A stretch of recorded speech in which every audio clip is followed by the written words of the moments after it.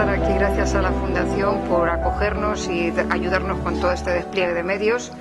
Quiero presentaros a Victoria Peñaranda, que es una terapeuta muy buena, que viene de Madrid, y estaba comentando que conocéis todos la parte científica, por el tema de la farmacia y por una parte de medicina en la que también me he formado, pero en este caso yo siempre pretendo abrir otra ventana, una ventana a lo que son las medicinas alternativas. Hace unos años tuvimos una jornada que duró un día completo y fue un encuentro de amigos que vinieron a echarme una mano, ¿no?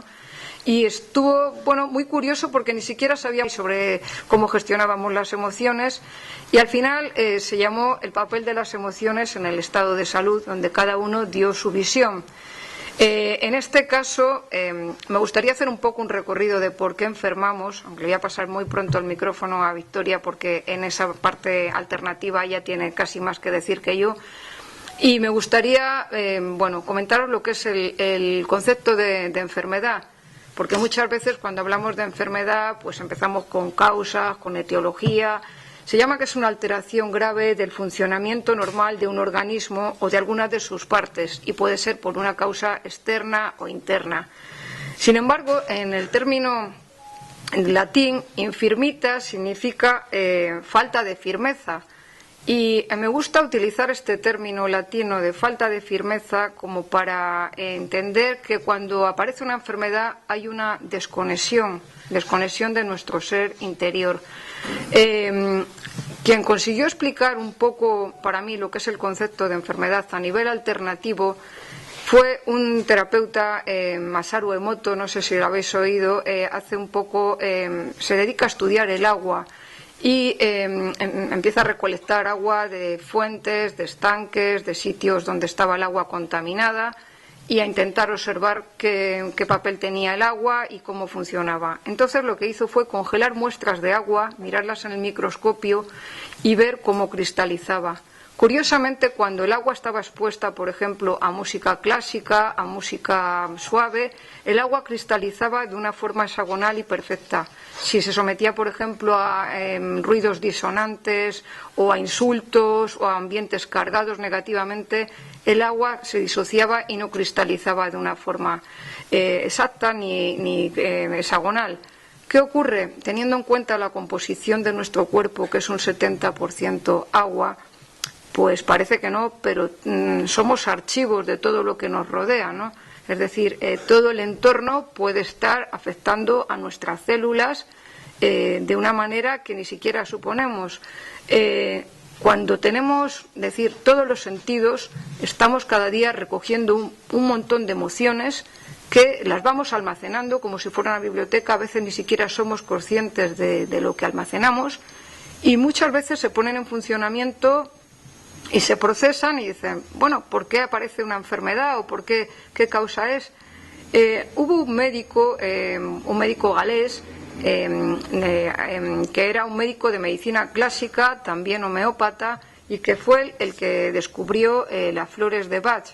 Este médico, el concepto de enfermedad para mí sigue siendo innovador, porque él define la enfermedad como esa discordancia que hay entre el ser que internamente somos nosotros y realmente lo que hemos conseguido. Es decir, cuando uno no está como él se percibe a sí mismo y hay una distancia de su realidad física en este momento a cómo él se concibe, muchas veces aparece la enfermedad, pero aparece la enfermedad como un síntoma.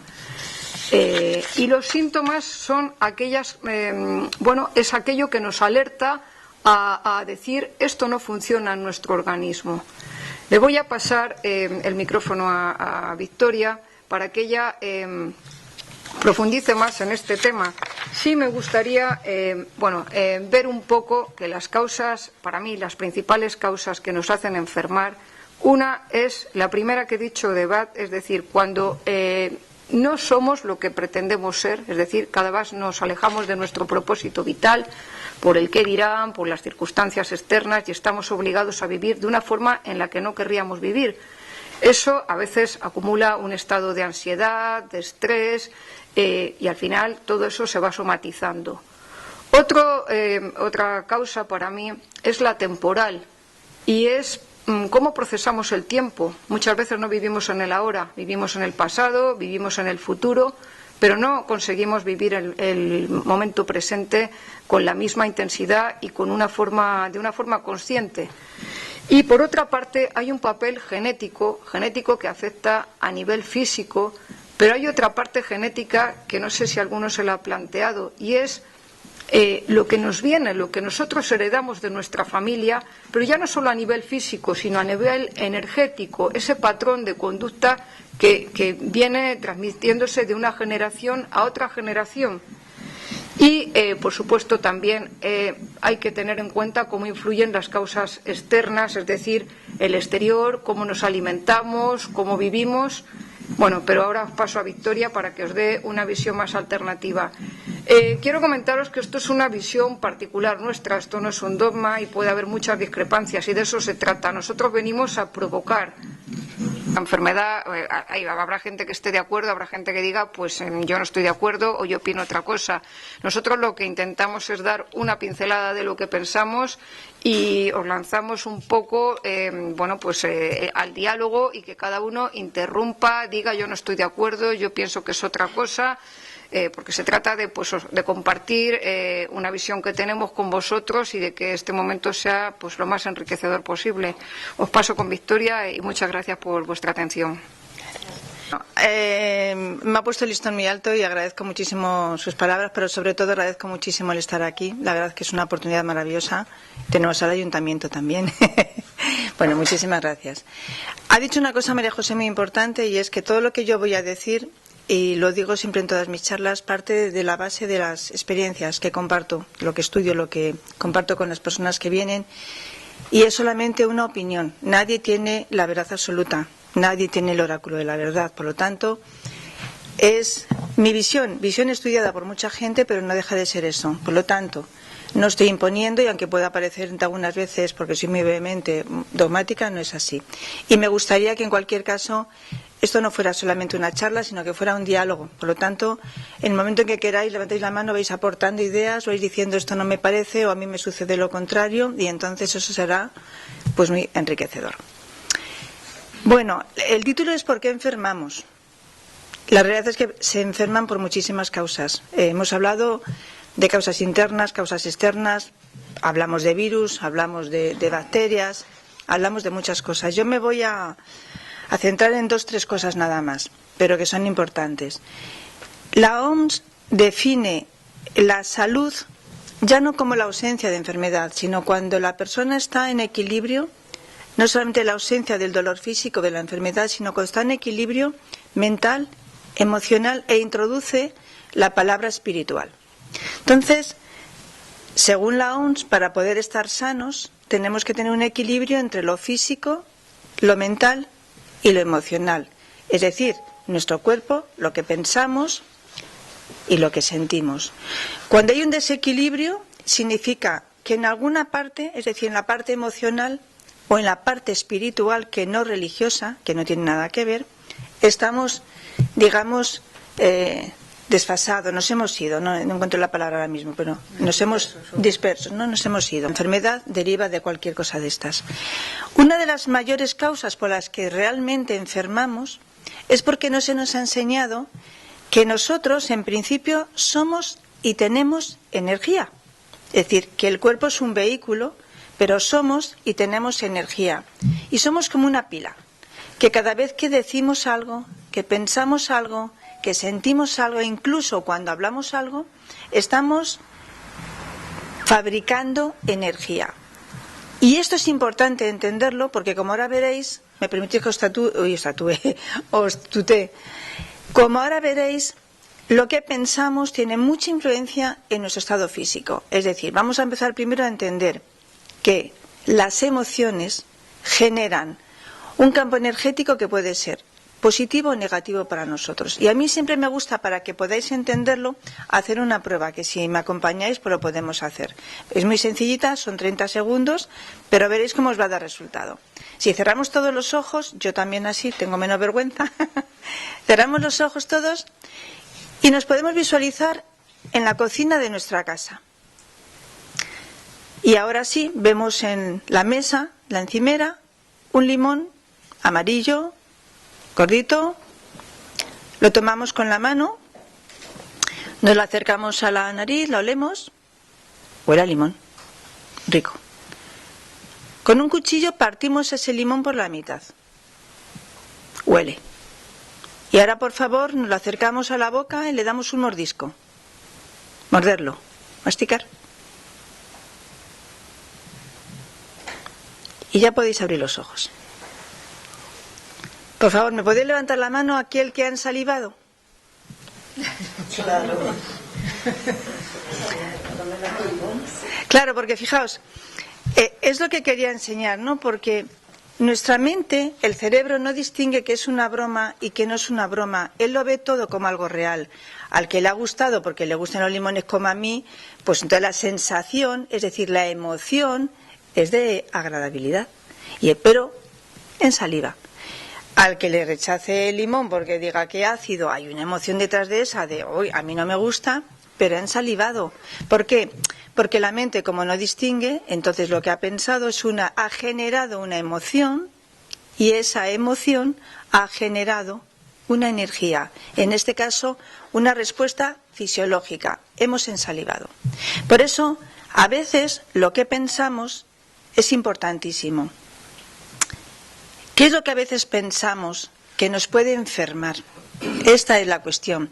Son los pensamientos y las emociones que origina ese pensamiento, que tiene mucho que ver con la siguiente parte, que es la coherencia que podamos tener con nosotros o no. Es decir, con aquello que estamos pensando, pero que no estamos diciendo, o decimos otra cosa, y peor aún, cuando sentimos algo diferente a lo que pensamos y a lo que sentimos. Y entonces vivimos vidas poco coherentes y por lo tanto nos hace enfermar. Muchas veces tenemos expresiones que denotan que es todo aquello, que energía que estoy pensando, que se puede traducir después en una emoción. Por ejemplo, veréis, ¿quién no ha dicho, mira, cada vez que la encuentro es que no, la paso? Y hacemos este gesto, ¿no? Entonces, hay veces que tenemos inflamación de las anginas, ¿se dice así o se dice otra? Amigdalitis. Tenemos esto, ¿no? Es decir, no paso. A veces decimos, mira, es que a mí es que me ha roto el corazón. Y decimos, se me ha roto el corazón cuando estamos deprimidos, ¿no? O decimos, es que no lo paso, es que no lo digiero, es que es una cosa que es que no la puedo digerir, decimos, y entonces tenemos problemas de estreñimiento. La mayoría de las emociones se gestan primero en la mente y luego se gestan en la emoción, y esa emoción, yo que estoy dispersa hoy, pero y esa emoción es la que hace que podamos enfermar. Así, por ejemplo, vamos a ver algunas cosas, verás. Yo soy miope de toda la vida. ¿Qué es la miopía? Por ejemplo, la miopía es aquella cosa que uno, porque la miopía lo que te hace es ver de cerca, pero no de lejos. Luego, ¿qué necesito? ¿Qué quiero ver yo? Que lo tengo pegado ahí, que necesito hacerlo, que lo demás no me importa, pero ¿qué enemigo tengo? ¿Qué no veo de mí? O que no veo de otra persona y le tengo ahí pegado. A veces hablamos del corazón, de falta de corazón o excesivo corazón. Cuando una persona es muy dura, decimos que tiene dureza de corazón. Y lo duro siempre se quiebra antes. Cuando hay una tormenta y hay un roble o hay un junco, el rayo va a ir primero al roble y después al junco, porque el junco siempre se agacha y es flexible. La dureza de corazón, cuando tenemos ese sentimiento, nos da infartos. O la carencia de amor nos da infartos. Hablamos muchas veces del hígado. Pero el hígado representa nuestro pasado, como ahora veremos. El hígado representa todo aquello que nos preocupa. Por ejemplo, la mayoría de las personas que están paradas, que están sin trabajo, tienen el hígado inflamado, porque es la preocupación. Entonces, a veces las enfermedades son el síntoma de las preocupaciones. Por eso yo siempre digo que la enfermedad para los terapeutas no existe, existe el síntoma. La enfermedad no existe, es el síntoma, que es la oportunidad que nos da la mente, el cuerpo, el alma, de decirnos, te has desajustado de la parte mental o te has desajustado de la parte emocional también.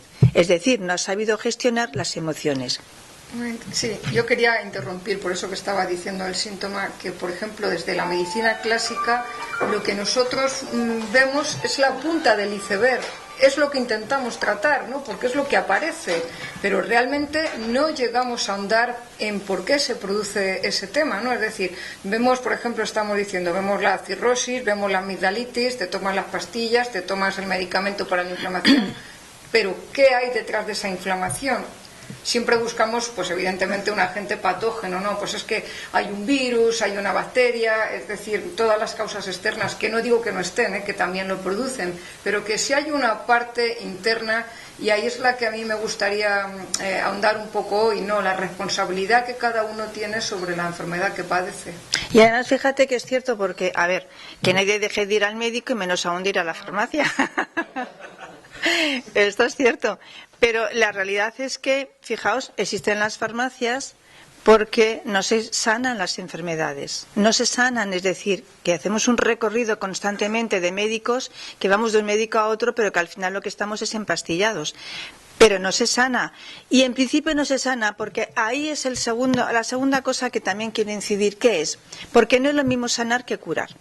Veréis, un resfriado uno lo cura con vitamina C, un antihistamínico, alguna cosa de estas, una herida pues con un antibiótico, con alguna cosa, pero eso es curar. Pero sanar envuelve, como hemos dicho, porque la emoción es lo que genera esa respuesta en el cuerpo, y por lo tanto una emoción sutil lo que está haciendo es que está fortaleciendo el campo áurico y por lo tanto todos nuestros órganos, y una emoción negativa como puede ser el miedo, la rabia, la falta de autoestima, la culpabilidad, todo eso nos genera que el campo áurico igualmente se debilite, y ese debilitamiento lo que nos produce es una enfermedad. Por lo tanto, vamos al médico porque al final no acabamos de sanarnos. Sanar implica saber en qué parte yo no he gestionado esa emoción. ¿Qué me ha llevado a mí a tener, por ejemplo, un problema con la diabetes? Entonces, un problema con las relaciones con las madres. En la vesícula es rabia. Cuando tenemos dolor de rodilla, ¿a qué no me estoy sometiendo? Cuando tenemos un problema en los pies, pie plano, pie con espolón, dos dedos encorvados, me da lo mismo como lo que tengamos.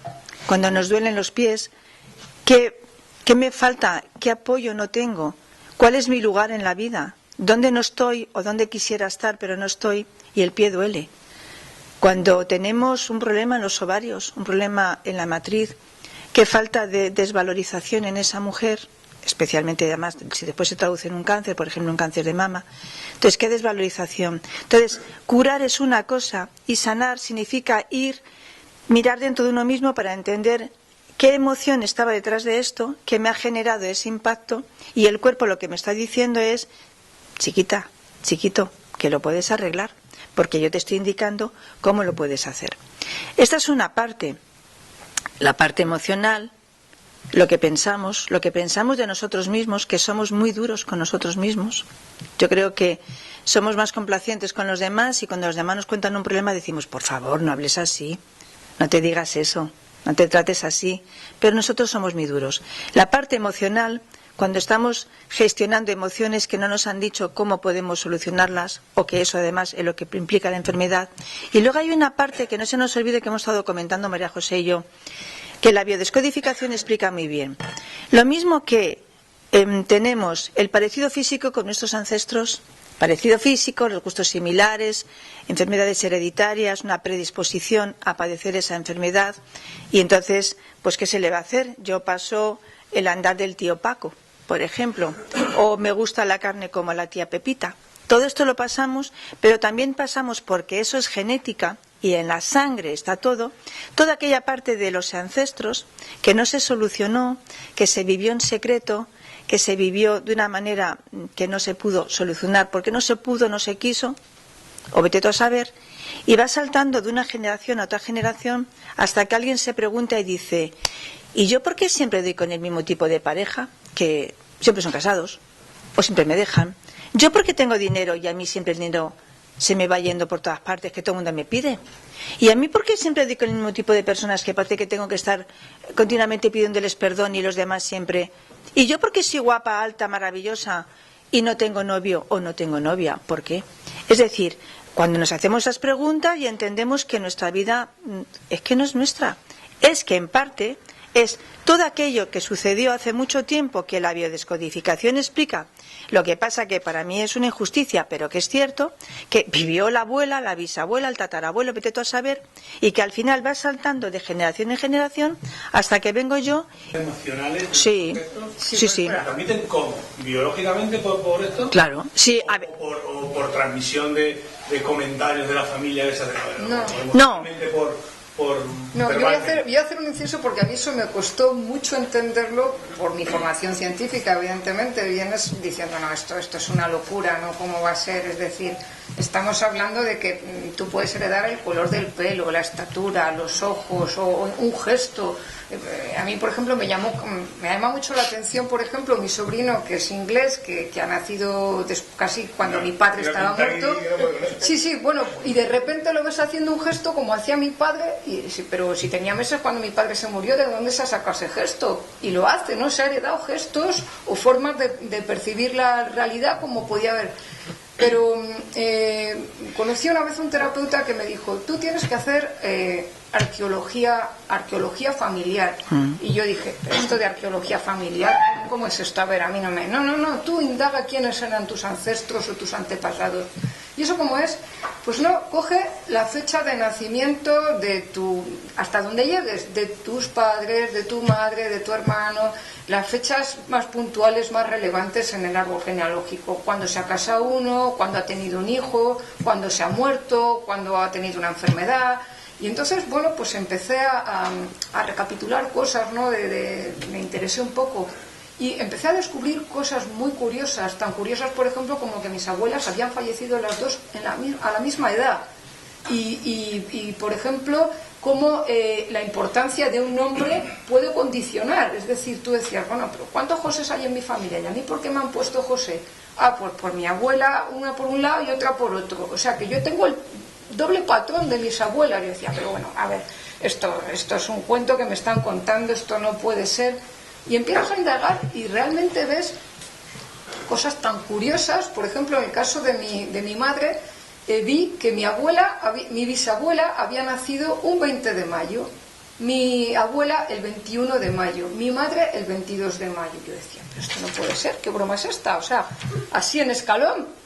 Veías cosas tan curiosas como que, por ejemplo, a lo mejor tu fecha de nacimiento coincidía con la muerte de algún antepasado que tú no sabías ni que existía y de repente te dabas cuenta de que ese antepasado tenía la misma profesión que tú, o hacía cosas, o tenías cosas en común con él. Y yo decía, esto es de locos. Pero está. Yo no digo, es decir, yo entiendo aquí que puede haber muchísimos escépticos, porque a mí, yo soy la primera que yo decía esto, bueno, no, pero fíjate, son chaladuras de los alternativos. Pero se puede entender muy bien esto, de verdad que se puede entender muy bien con ejemplos. Mira, hay una cosa que se llama, veréis cómo está todo relacionado, hay una cosa que se llama microquimerismo. El microquimerismo, los científicos, ya Platón hablaba acerca de ello, pero con otro término, claro. Pero el microquimerismo explica, porque se hizo una investigación en Estados Unidos con un grupo de mujeres durante unos cuantos años. Las mujeres iban en un abanico de entre unos 20 y tantos años, 60 y tantos años, ¿no? Y entonces se dieron cuenta de que se encontró ADN extraño a ellas. Claro, ADN masculino además, extraño a ellas, ajeno. Pues uno se puso a investigar y no eran de su padre, que hubiera sido lo lógico, no era de su padre, por lo tanto no era del padre. No era tampoco de los hijos, porque además en ese abanico de mujeres había muchas que ni siquiera nunca habían estado embarazadas, por lo tanto no podía ser. Y se descubrió, en ese, ya digo, que fue durante unos años ese experimento, que el ADN de las parejas que habían tenido había quedado dentro de ellas y se había mezclado con el ADN de ellas, pero no mezclado hasta el punto de fusionarse de manera que pasara desapercibido, sino que se viera claramente cuál es el ADN de uno y cuál es el ADN de otro. ¿Qué quiere decir esto? Que con el ADN estamos pasando la información que tiene mental, emocional, espiritual incluso, de esa persona. Si el microquimerismo, que ya los científicos ni lo discuten porque esto es así, demuestra que con quien nos acostamos al final estamos adquiriendo su ADN, la sangre es la portadora.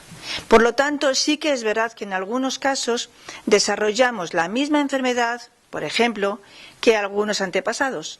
Pero también no es porque sea en sí la enfermedad, pasamos la circunstancia. Y tú, por ejemplo, tienes muchos de tus antepasados.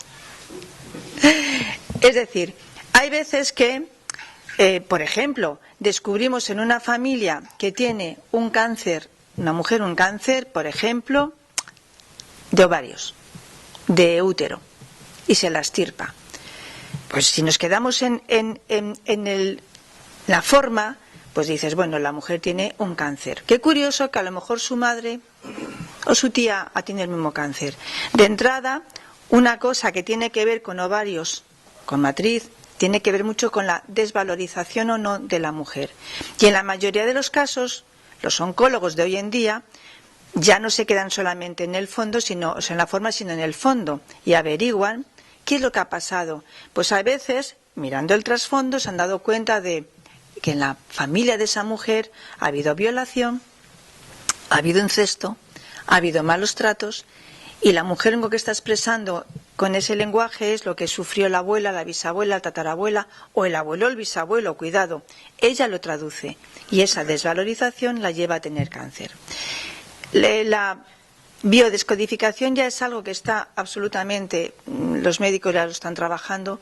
La mayoría ya de los oncólogos, al menos en Madrid, cuando están trabajando con oncología, con cánceres, te piden casi un historial de tu familia, porque están entendiendo que detrás de ese cáncer siempre hay una emoción que lo genera. Y lo han demostrado médicos, oncólogos, como el doctor Hammer, que era un médico, era un oncólogo, que a la muerte de su hijo, por ese shock que tuvo, desarrolló un cáncer y empezó a investigar. Y él descubrió lo que ahora los oncólogos denominan el mapa de Hammer, en el que cuando la persona ha tenido ese impacto en alguna parte del cuerpo, desarrolla un cáncer y él puede prever a través de ese mapa, en un simple TAC, 3 años antes de que aparezca el cáncer, dónde le va a aparecer y qué emoción hay detrás asociada a todo esto. Es decir, ¿por qué enfermamos? Porque tenemos emociones que no gestionamos, que no nos han dicho que hay que gestionarlas, porque mentalmente tenemos pensamientos que generan esas emociones, porque la biodescodificación explica que tenemos cosas heredadas de nuestros antepasados que no lo hemos gestionado. Hay muchísimas causas por las cuales enfermamos, y también es porque, siempre digo lo mismo, la coherencia. Y también vuelvo a remitirme a los médicos, porque sobre todo en Madrid hay muchísimos ya médicos que trabajan, sobre todo los, ¿cómo se llaman los de que se me está yendo la... Cardiólogos. Están explicando que la falta de coherencia es lo que hace que enfermemos de corazón. ¿Y qué es la falta de coherencia? Yo lo decía antes, es cuando estamos pensando una cosa, sintiendo otra y hablando otra. Es que esto es como cuando, yo siempre lo pongo de ejemplo, como cuando hay una tormenta de nieve en sitios donde haya, aquí en Madrid no hay, pero bueno, y tú estás andando contracorriente y sopla el aire y tú intentas y al final llegas a la meta, pero como llegas con los músculos en tensión, todo tensionado porque vas contracorriente, cuando llegas cansado, con dolor de cabeza, agotado. Y eso es lo que nos pasa la mayoría de las veces, que nos agotamos emocionalmente porque no llevamos vidas coherentes. ¿Por qué? Porque el humano siempre tiende a pensar a veces más en el otro que en uno mismo. Y cuando vemos que el otro es coherente y hace cosas tomando decisiones, le condenamos. Sí, por ejemplo, hay mucha gente que dice, a mí es que lo que me gustaría sería pues dedicarme a tal cosa. O os voy a poner un ejemplo muy fácil, verás cómo lo vais a entender todos. Llegan Navidades. Y en Navidades nos juntamos con el cuñado, con la suegra, ¿no? Con los primos. ¿Y qué es lo que nos está pasando? Que tú pones buena cara y dices, vamos, como es Navidad, verás cómo es buena cara. si vas de invitado dices, ¡ay, qué rico está el cordero! Y tú dices, la madre que la parió, si no, es que no lo sabe hacer. Y esta cuando vaya a casa verás tú cómo yo voy a entender la cena. Se lo voy a hacer mucho mejor, pero tú dices, ¡qué rico está todo riquísimo! Y tú estás pensando una cosa y diciendo, a ver si ya dan las 12, me tomo el champán y me voy. Esto es a nivel muy pequeñito, pero a nivel normal es trabajamos en cosas que no queremos, pero lo estamos haciendo. A veces, casi siempre, vivimos con personas que ya no queremos vivir, pero estamos. Hacemos y decimos cosas que no son, digamos, socialmente correctas y nos sujetamos, pero que lo que nos gustaría es hacer el indio o hacer otra cosa. Y entonces, esto es así dicho de una forma muy coloquial, pero realmente lo que nos está sucediendo es que no vivimos una vida de acuerdo a nuestro propósito de alma. Y luego resulta que llega una cierta edad, yo ya la tengo, y en esa edad es cuando se abre una especie de puerta y entonces te empiezas a replantear todo, porque ahora ya empiezan las prisas. Porque dices, Dios mío, que me quedan 10 años para vivir sin enfermedad, más o menos, o para vivir contenta, para vivir feliz. Y resulta que te entra la prisa y empiezas a pensar, ¿por qué no hice? ¿Y esto por qué es? ¿Y si yo hiciera esto? ¿Y qué va a pasar? Y entonces empieza la angustia porque lo que tú quieres es vivir la vida que realmente has querido vivir hace 20 años. Aquí asientan algunos, porque es que es así. Pero claro, ahora llega esa edad en que tienes la familia, los nietos, que me voy a prejubilar, me estoy jubilando, que no me puedo ir, que qué hago. Y entonces el cuerpo dice, dolor de estómago, estrés, palpitaciones. Claro. Entonces, ¿qué es lo que hay que hacer? Siempre que tengamos un síntoma de enfermedad es plantearnos, ¿qué me está diciendo? ¿Qué pensamiento estoy emitiendo hacia mí? ¿Qué emoción me está generando que no estoy sabiendo cómo llevarla? Y sobre todo, ¿qué vida estoy llevando que no quiero? Y ahí también entra la espiritualidad, por eso decía antes que no es la religión.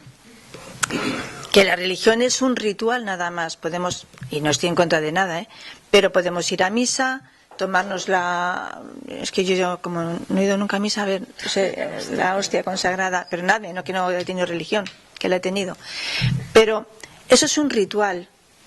Pero al final volvemos a hacer lo mismo, entramos en una puerta cuando llegamos a una cierta edad y decimos, y Dios mío, ¿qué habrá detrás? ¿Qué tengo que aprender antes? ¿Qué es lo que no he hecho y me hace feliz o infeliz? Nos estamos planteando la existencia de Dios. Cómo se somatizan las cosas, ¿no? Era una chica que se estaba preparando unas oposiciones y tenía un examen oral.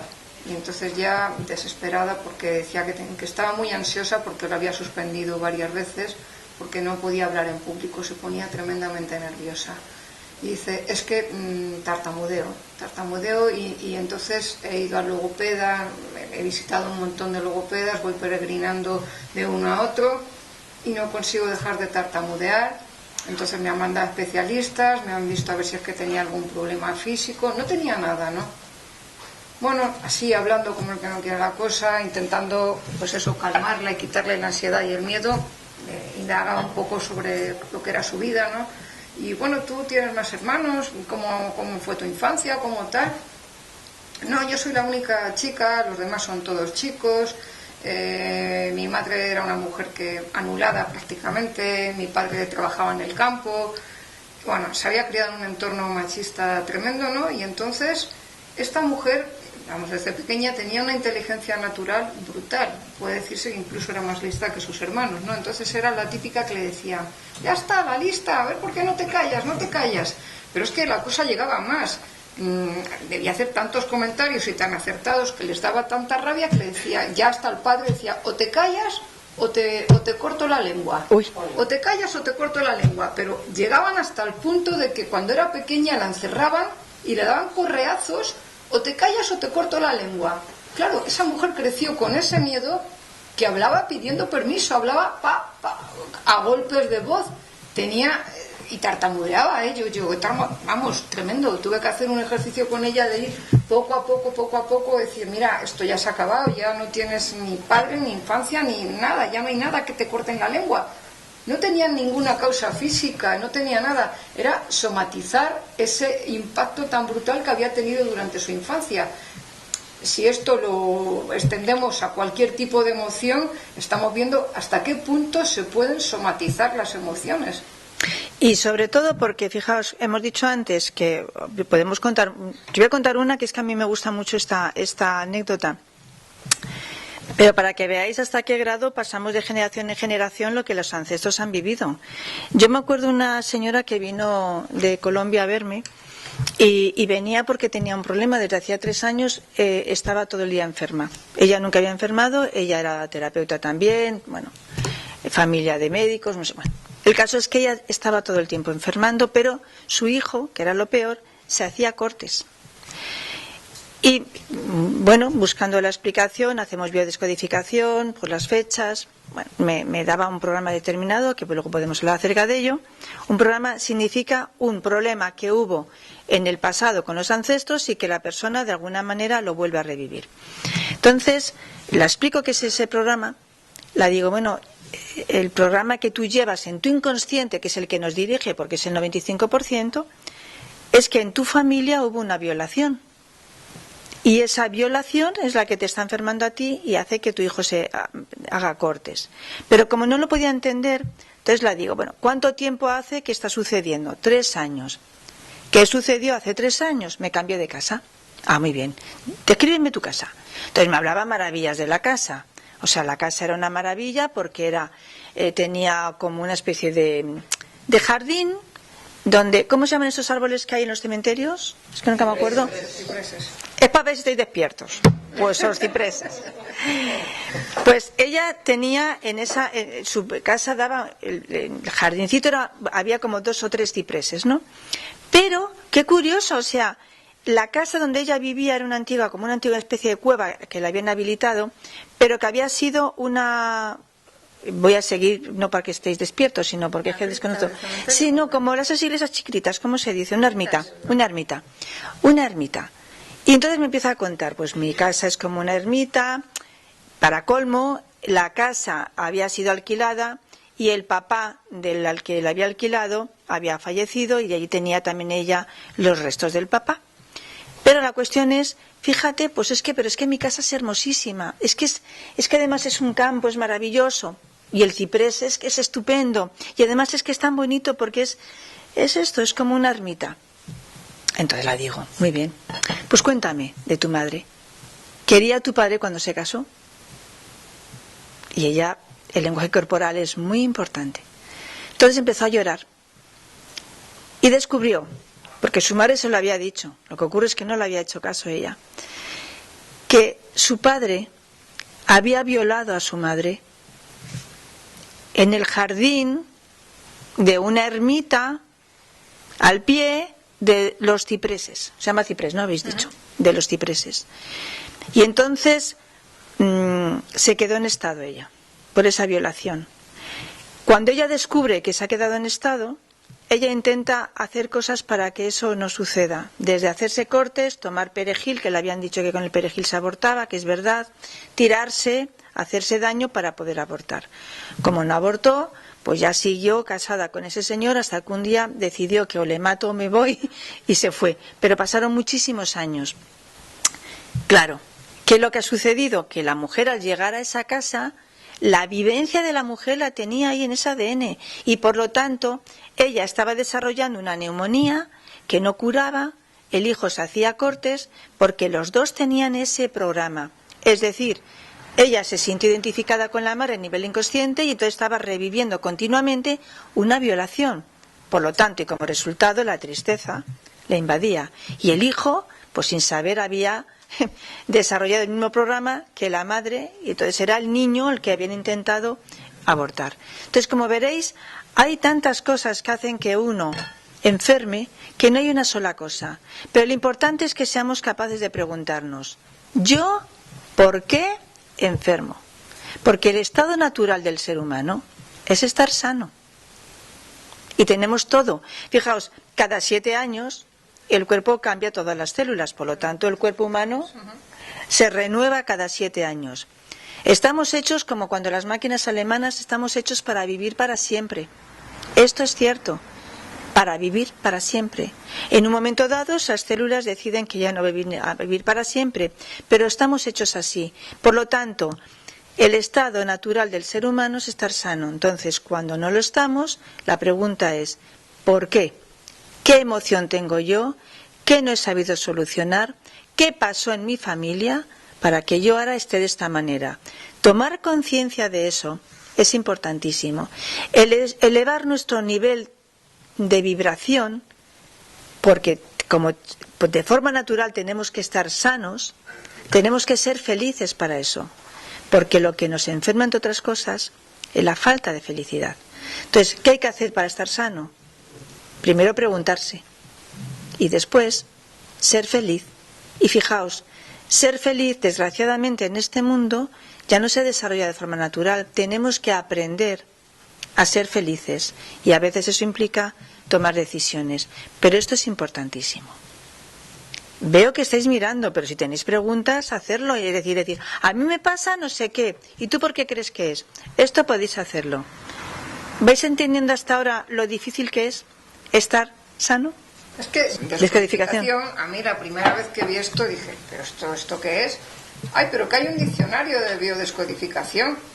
Y yo, claro. A ver, ¿esto cómo va? Y de hecho lo tengo aquí, al que le interese se lo paso, ¿no? Porque muy interesante. Empecé por la curiosidad, pero a medida que iba estudiando más veía que las cosas cuadraban. Entonces tú decías, por ejemplo, acné, y te ponía pues esto, pies no sé cuántos, cojera de no sé qué, y te asociaba la causa física con unas diferentes causas emocionales.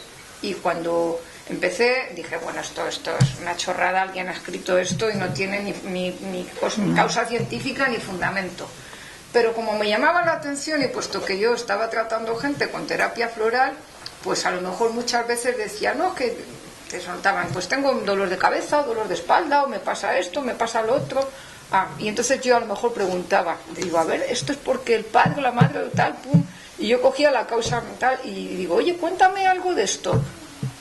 Y de repente me estaba contando el síntoma que yo decía, bueno, esto ha sido casualidad, volvía con otro, esto ha sido casualidad. Iba saliendo, y yo decía, a ver si esto no va a ser tanta tontería como yo. Yo por si acaso lo consulto, ¿no? Es curioso, ¿no? Porque empezaba a asociar. Y tengo, no sé si puedo ver alguna cosa ahora. Y de hecho, fijaos que el doctor Hammer fue propuesto como Premio Nobel de Medicina.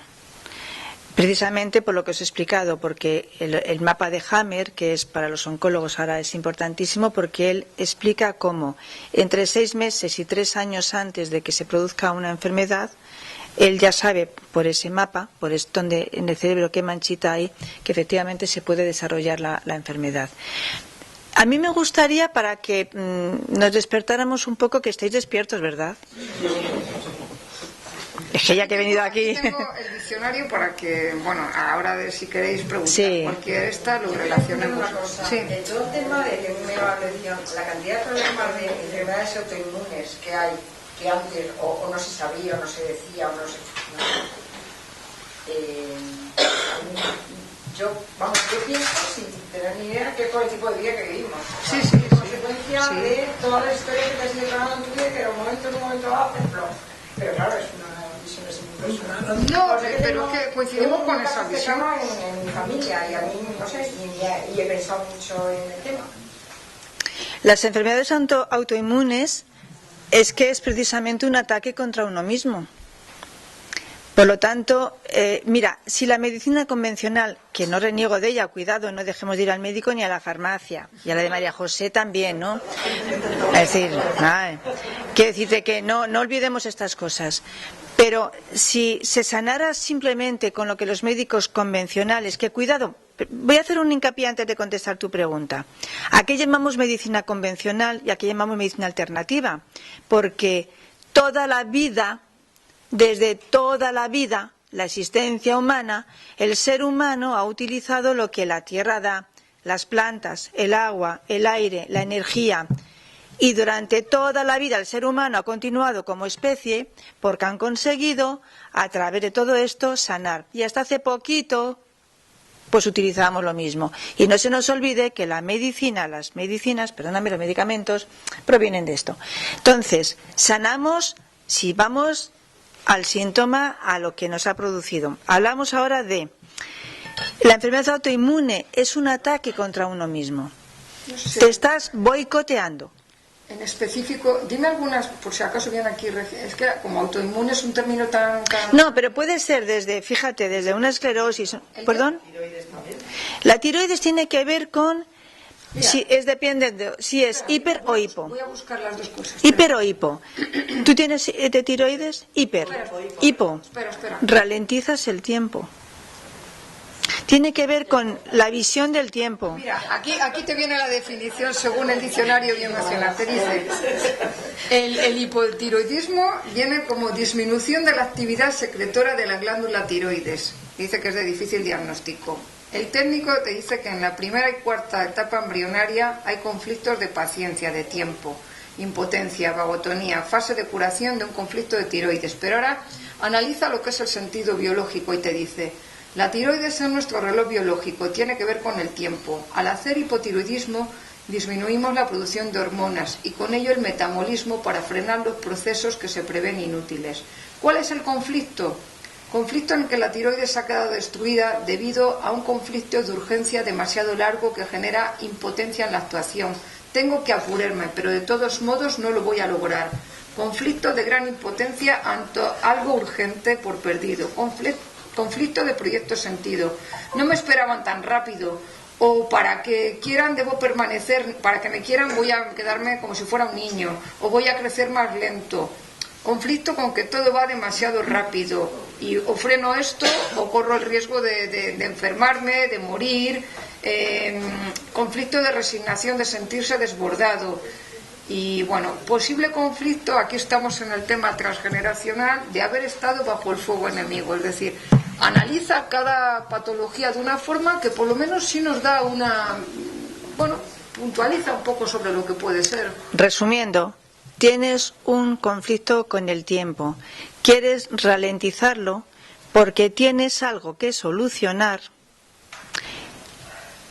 que lo has pospuesto, porque te da miedo, porque no sabes. Yo creo, fíjate, que a nivel consciente todos queremos enfrentar. Sí. El problema es que nos dirige el inconsciente. Claro, todo esto es a nivel inconsciente. Y entonces, Lo que pasa. pero esto habría que hacerlo y además con fecha. Pero el hipo siempre tiene que ver con el tiempo. La tiroides es el tiempo, el hiper es la rapidez, es decir, quiero que todo vaya más deprisa porque me corre prisa, porque estoy sufriendo mucho. O el hipo es también a veces porque sufro mucho, pero como no puedo hacer nada, entonces voy a ver si me quedo quieta. El tiempo se queda quieto y yo lo puedo solucionar. Pero hay un conflicto muy importante. Transgeneracional quiere decir que cuando estábamos en el vientre de nuestra madre, e incluso antes, lo que la madre pensaba, sentía, eso es lo que ahora nosotros tenemos. Si no somos hijos, la mayoría, no somos hijos esperados, no somos hijos deseados, o fijaos en tiempos de guerra, una persona que se quedó en estado, o con 5 hijos y venía otro, pues ¿qué iba a pensar la pobre mujer? Ay, Dios mío, que me viene otro, ¿y ahora qué hago? Pero mira, más vale que ojalá se muriera el pobre, no lo quiero, pero... Y entonces tenemos timidez, inseguridad, hiper o hipotiroidismo. Pero ¿cómo Sí, lo sí. gestionamos? Quiero decir, yo puedo gestionar lo que me pasa en mí ahora, como tú dices, lo que pienso, lo que siento, lo que digo. Pero claro, los conflictos anteriores, ¿cómo soluciono yo lo que haya pasado a mis No, antes? tú lo puedes solucionar en tu persona, vamos, no puedes... Bueno, a ver, yo de verdad que ahí tengo una lucha, porque yo también hago bio, pero de verdad que tengo una lucha con esto. Mira, biodescodificación explica qué es la toma de conciencia. La toma de conciencia es que tú entiendas realmente, gestiones que realmente esto que te pasa a ti es por una emoción o por algo que ha sucedido en el pasado. Es decir, por ejemplo, mi madre, a ver, digo no mi madre, que como a lo mejor me escucha, pues mejor mi madre, mamá, no nos compliquemos. Quiere decir que una persona que dices, vamos a ver, pues eso, que yo no he sido esperada, o que mi padre decía, es que no quiero que nazcas, o mi madre decía, ojalá no, porque mira en qué ambiente va a vivir. Bueno, puedes desarrollar un montón de cosas. Ahora, ¿qué tienes que hacer? Primero, integrar esa información.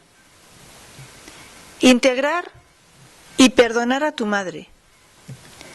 No juzgar, porque el problema es que juzgamos siempre. Nos juzgamos nosotros y juzgamos. Entonces, yo siempre digo que las cosas suceden porque en ese momento no había otra forma. Y ya está. O sea, no podemos más. Entonces es una toma de conciencia. Luego hay otras formas de poder trabajarlo, trabajar con los ancestros, trabajar con esa emoción, trabajar con lo que esa emoción a ti ahora mismo te ha representado. Es decir, que tengo ahora, pues no sé, falta de autoestima, o me puede, no sé en tu caso, pero digo falta de autoestima, o gordura, o miopía, o yo qué sé, un montón de cosas que ese sentimiento que tu madre transmitió desde el embarazo, pues te puede estar haciendo. Hay muchas formas, constelando contigo mismo y con los ancestros, buscando la ayuda, pero toma un tiempo, no voy a mentir, toma un tiempo. Claro, pero según eso primero tenemos que averiguar qué ha pasado. Eso es fácil, eso es fácil. Eso fíjate, eso es lo más fácil. Yo te puedo asegurar que eso, porque la biodescodificación explica